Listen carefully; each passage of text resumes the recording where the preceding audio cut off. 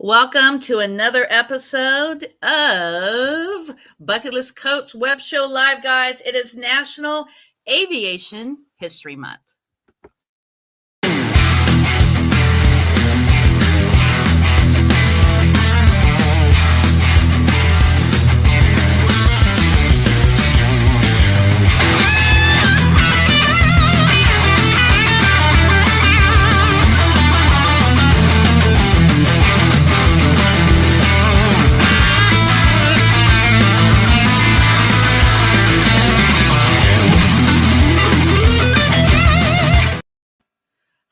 Hello. Today we have Britt Lincoln. Let's get right into stories. So tell my audience a little bit about your background, and I could tell you a little bit about myself here in a minute. But I'm going to pop off and share this in a couple groups. Go ahead.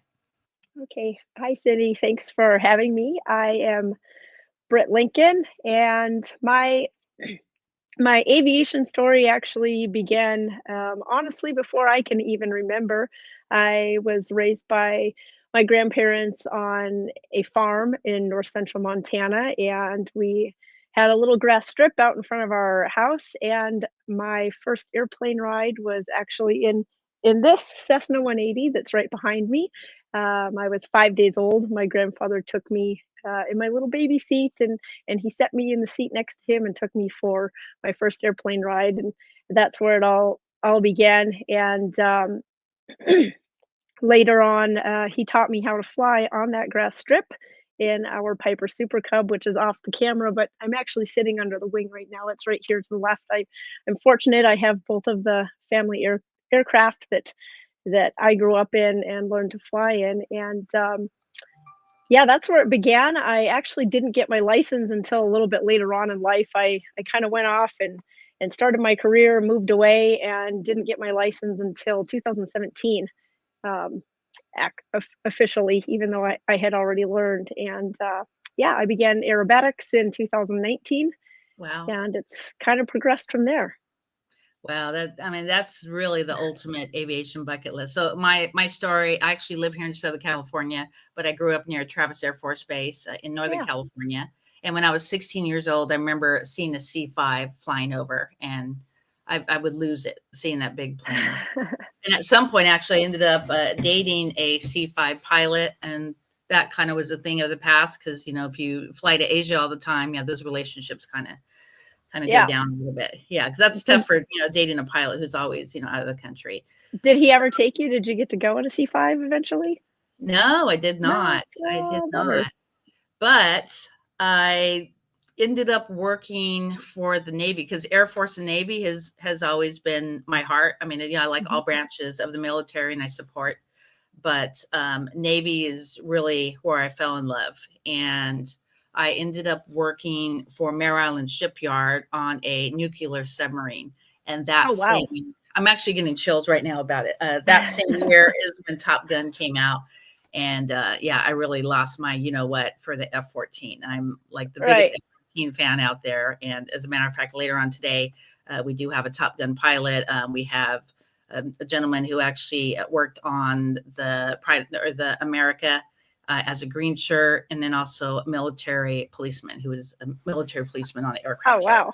I'm glad I'm not following that guy Yeah, so in the my Army. biggest bucket list, girl, is to be accepted into the US Navy Distinguished Visitors Program, where they put you on an aircraft carrier for 2 days. And hopefully out of North Island here in San Diego. San Diego is about 2 hours from me. I'm here in Anaheim. So just absolutely amazing. Oh, cool. So let's continue. So let's talk about your plane and then we'll play a 2-minute video.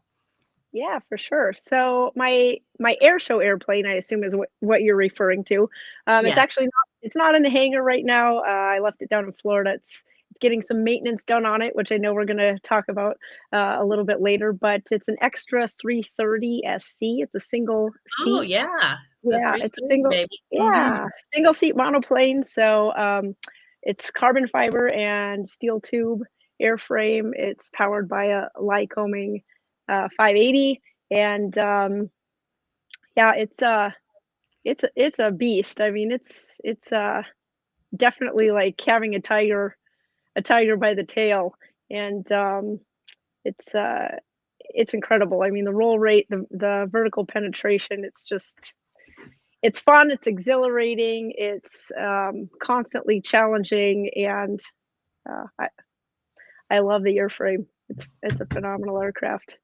That's awesome. Well, one of the things I noticed actually when we first became Facebook friends is about being a G addict, vitamin G addict. I always talk about Yeah, plane porn. That's kind of my thing. So let's talk about G addict. Getting some G's, yeah, baby. yeah. Get some vitamin G. It's you know, it's an interesting thing, and I'm sure that you'll talk to the F-14 guy a little bit later about it. But you know, I'm in technically in the training off season right now. You know, the air show season's over, the competition season is over, and so it's kind of the downtime. I like to try to you know, get in a flight still, you know, once a week ideally, maybe once every 2 weeks even in the off season, because it's incredible how much of that G tolerance you lose, especially the negative G, right? The pushes. If I go even 10 days without doing any kind of pushes, it's basically starting back from square one. But yeah, it's it's addicting. And it's not so much I get so many people that ask me, "Well, you must be an adrenaline junkie. It must be an Yeah. adrenaline rush," but you know, it's really not. You know, maybe the first time I had an aerobatic experience, there was a little bit of the adrenaline, um, but now it's all about. It's actually exactly the opposite. It's trying to keep myself calm and in control. You know, in control of everything, in control of the airplane, being a master of the airplane, making the airplane do exactly what I want, but also in control of my mind, you know, keeping my mind calm, my body calm, my nerves calm. Um, quite the opposite of adrenaline.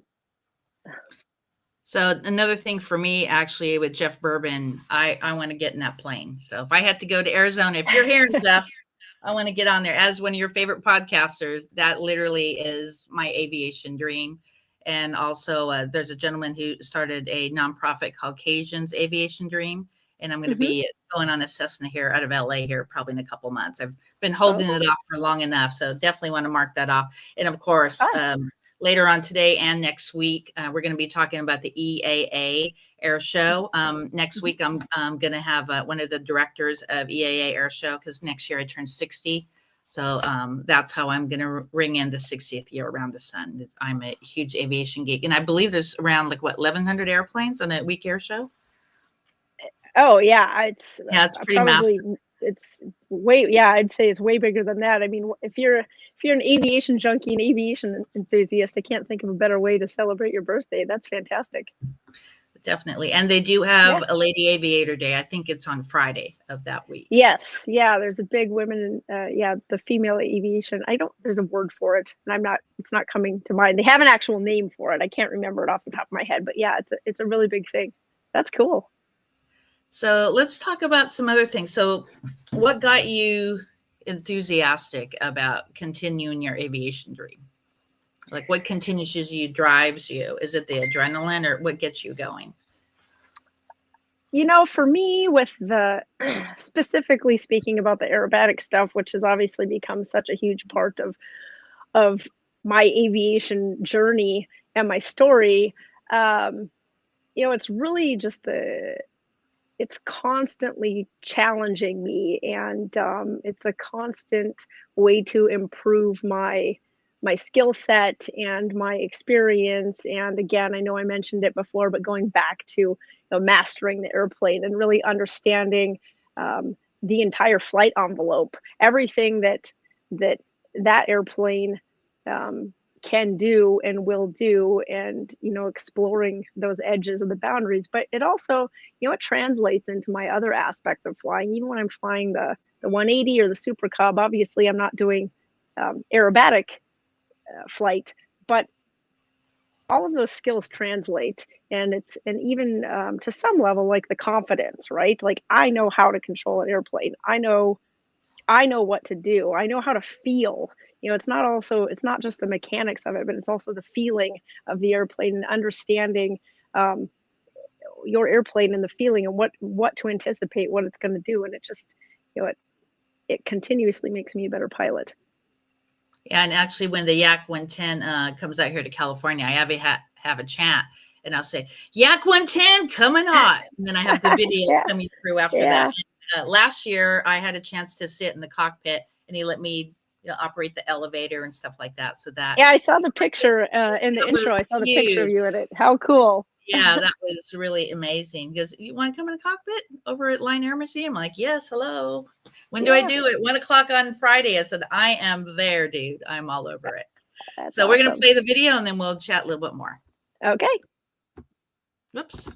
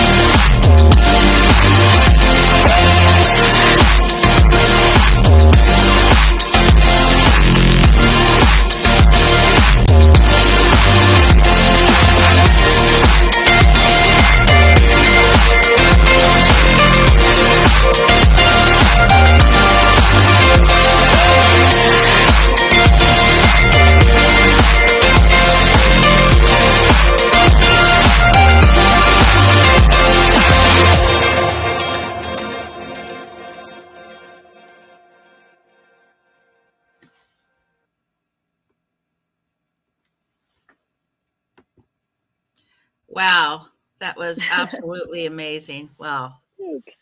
So what do you think every time you see that video?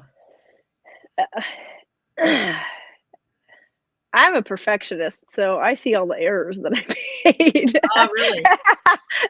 And the yeah, it's my competition background. I see all the little things that I over rotated something or but it's also fun. It's fun to watch. I I don't ever know what my flying looks like, right? Obviously, I'm in the cockpit, and even if I mount a GoPro, I get a bit of a sense from that perspective, but from the ground viewing it, so I it's always interesting to me. I spliced in some things that, some iPhone clips that people had taken from the ground, so it's interesting for me to also see what it looks like from the spectator or the judge's perspective, um, kind of my flying and my style. Everybody has a style, and Yes. I think I know what my style is. But I don't ever see it, so it's fun. It's fun to watch. But Wow. Yeah. I'm always looking at okay, what can I do better? What should have I done better? What should have I done? Could have I done differently? How can I learn from it? And next, I want to ask for some shout outs. So, who would you like to shout out today? Me? Um, Man, so many people, long list of people. Obviously, first and foremost, my grandfather. This is all his fault. Oh, He's the one that started me with airplanes, so, him, and of course, my grandmother, my family, they've always been so supportive and believed in me and, taught me and told me that I could do anything that I put my mind to, so that's obviously a huge thing. Craig Gifford, he's really brought me a long ways in the sport and taught me a lot, things that took him years and years to learn, that he's been able to share some of that knowledge and skill set and compressed it into a pretty short period of time, um, for me, which has been fantastic. I've just had a lot of really great influencers and supporters. You know, a lot of people in the air show industry. You mentioned Jeff, you mentioned Brad. You know, they've both been very supportive of me and encouraging, and always been willing to just pick up, you know, answer the phone anytime I call, and give me some advice, answer questions that I have. Mike Goulian, who is my he's my ace. Actually, Mike Goulian and Skip Stewart both have been my aces and helped me along through the process of becoming an airshow pilot and getting into that world. So very grateful to them as well, and to my team. I'm on the US national team on the competition side, and I have some really great teammates, and they're also so supportive, and I learn a ton. We learn a ton from each other. I learn a lot from them. I just came back from a training camp, and they're a great group of people. So That's great. Well, I'm going to do a shout out to Angela. You see her comment? I don't see it. Oh, wait. There we go. Oh, there we go. Yes, grandparents do rock. There, I see it. That's awesome. And yeah, I definitely want to do a shout out again to Brad. He's going to be coming on the podcast next week. And then also Jeff Bourbon with the Yak 110. And I actually met Jeff. Well, I first saw Jeff actually at the Sacramento Air Show. And I was telling my friends, I'm going to meet that pilot. I'm going to get to know him. And he's going to be on my podcast. He's been on my podcast, I think probably about 5 or 6 times. Oh, and great. Just amazing. Because when I seen him, he was up against the semi. You know how they do the races. Sadly, the guy who runs that semi did pass away, I believe about a year and a half ago. But that was the first time I got to see them race together. Absolutely amazing. And of course, a big shout out to the Pacific Air Show here in Huntington Beach, Sacramento Air Show. And of course, we went to San Diego to Miramar for the first time this year. So pretty amazing. Yes, pretty amazing. And another question, what do maintainers mean to you here in our industry? Oh, man. I mean, you know, we wouldn't be doing anything. We wouldn't be doing any of this if it weren't for that. I just mentioned we do a lot of maintenance on our own airplanes, but it's always, you know, even if I'm doing stuff to my airplane, just having another set of eyes on everything. And I mentioned I actually left my airplane down in Florida with Warren Cilliers to do some maintenance on it. But it's, you know, it's what keeps us safe. It's what keeps us alive. It's what keeps us in the air and flying. And I mean, we couldn't be doing any of this stuff if it weren't for them, if we couldn't even get them in the air. So they're heroes without capes for sure. Definitely. And I want to do a shout out to Chappie Paul Ward. He's in San Diego at the Aviation Museum there at the Midway. And every May they have a Top Gun movie night. It runs on a Friday, and on that Sunday they have the Meet the Pilot. So I actually met a Vietnam veteran that actually served on the Midway that's going to be coming on the podcast. So pretty amazing. He's one of the most amazing docents. When I first visited the Midway, I was taking videos and pictures of everything. And I think we toured with him probably for about 9 hours because I would stop at each little section. And absolutely amazing what he's done there for the museum. So a big shout out to Chappie and all those who serve on the Midway and those who donate their time. It's a really amazing museum. So what are some of your favorite museums? I also like the Midway. I've done the Midway a couple of times. It's phenomenal. Obviously, the EAA Museum at Oshkosh is incredible and near and dear to my heart. Of course, it has a pretty, a whole area that's dedicated to the IAC and aerobatics. So that's quite interesting to me. The Smithsonian, as everybody knows, has a pretty great aviation portion of the museum. I was actually, I was just out in LA last week. And, oh, really? Wow. Yeah, I know. Too bad we didn't connect. And I took one day. I'd never been to the California Science Center. And so I took a day and went down to the California Science Center. And I'm sure you're aware that they have the Endeavour space shuttle that I believe it was donated. For sure. Yeah. So it's there, and they have some some small pieces that are on display, but they're basically going to double the size of that museum. I guess they don't technically call it a museum, but they're doubling the size of it and building a whole new section that's going to be dedicated only to air and space. And they're going to have the Endeavour displayed vertically with some observation towers, so you can look at the shuttle at different heights. And I'm pretty excited about that. I think they said they anticipate it's probably going to need another 1.5 to 2 years before it's completed, but it's on my bucket list to get back out there and see it when it's completed. It looks like it's going to be phenomenal. And guys who are listening, ladies who are listening, it's super important to live that dash. The reason I started this podcast back in 16, 17 is to express how important it is to live that dash. So we have the day that we're born and the day that we pass away. What are you doing in between that time? Because a lot of people say they don't want a vacation until they retire. Sad truth is you may not make it to retirement. You may walk out that door, hit your head on the sidewalk, and then something happens and, that's your last breath. This month is also Gratitude Month. So at the end of the show, I always ask, how would you like to pay it forward, or especially during National Gratitude Month, who would you like to be grateful for today or for this month?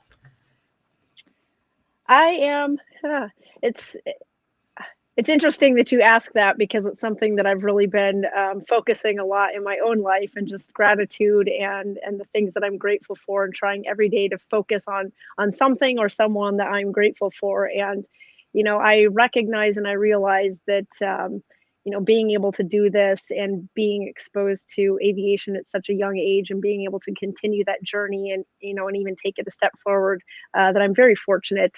And I'm very grateful for that.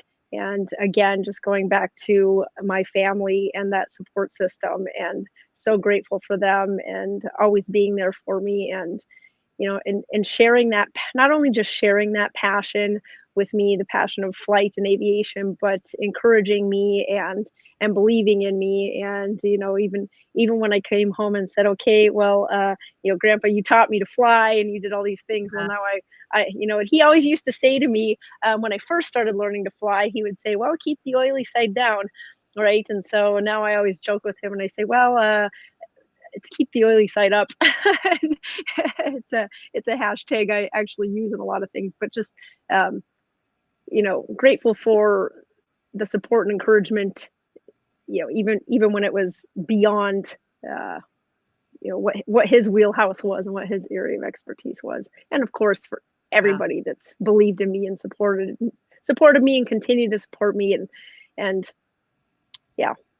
Well, I'm definitely a big fan, and I want to say I'm very grateful for you. Thank you for connecting with me. You're on Facebook, and you're actually going to get a beautiful thank you mug for coming on the podcast. Oh, thank you. For me to show my gratitude towards you, and just thank you for inspiring, especially women who want to get into aviation. What is your biggest tip for someone who wants to pursue that?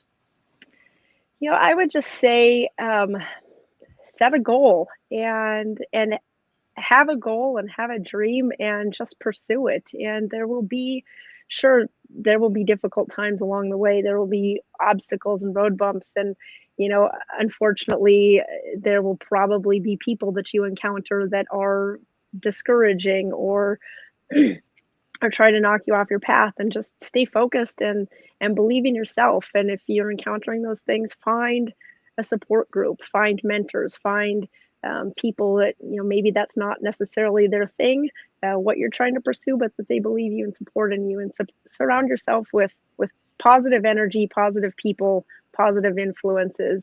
Yes. And love. That's my surround yourself by people who want to celebrate you, not tolerate you. Exactly. As we get older, our circle actually gets smaller, because we want to be surrounded by more abundance than negativity. And there's a few people that laugh at me because I'm an aviation geek, and I kind of, especially November and August, I don't stop talking about it. Or when there's an air show, I get all giddy, especially I love it. Those classic planes. So in closing, since it's Aviation History Month, what is one of your favorite planes that was ever built? Oh my gosh, I get asked this all the time, and I don't have children, but I always say to people, that's probably like asking who your favorite child is, right? Yes. because they all have different purposes. Obviously, the 180 is near and dear to my heart. It's a great airplane, and it's what I grew up with. Um, probably one of my dream airplanes. I've never even been in one, let alone flown one, but a Beech 18. They're just Oh, they're wow. s- Yeah. yeah, they're so beautiful, and they're just absolutely gorgeous. So that's probably it's right up there on a dream airplane. Of course, a Mustang. Everybody loves a Mustang, but yeah. And a couple more shout outs at Line Air Museum here in Santa Ana, just 20 minutes. And also there's one in Torrance, Museum of the Flight, and they do have an F-14 Tomcat there for those of Oh. you who love the Tomcat. So I'm going to close out. Can you go ahead and mention your website, all your socials, and then we'll close out? Yeah, sure. So my website is www.brittlincoln.com. Pretty easy. My Instagram is at Britt Lincoln Aerobatics. And right now, I need to set up a business account on Facebook. It's still just my private personal account. I have to accept friends, but it's pretty much a mirror image of my Instagram. So if you find me on Instagram, it's the same content. Otherwise, if you send me a friend request on Facebook, maybe just shoot me a message and let me know who you are and why you're sending me a friend request. Because if I don't know you or, you uh, know how you know me or affiliated, I might not respond right away. So, Okay, I'm going to put you in the green room and hang tight for about 30 all right. seconds and we'll talk a Thanks. little bit more. Thank you Okay, so much, Cindy. Thank thank you, you. honey. Thank you. Yeah. Well, there you go. Happy Aviation History Month. Make sure you check out the show notes so you could connect with Brittany, and hope to see you at one of the beaches of the world and aviation museums. I do amazing aviation vacations, and we'll see you on the other side.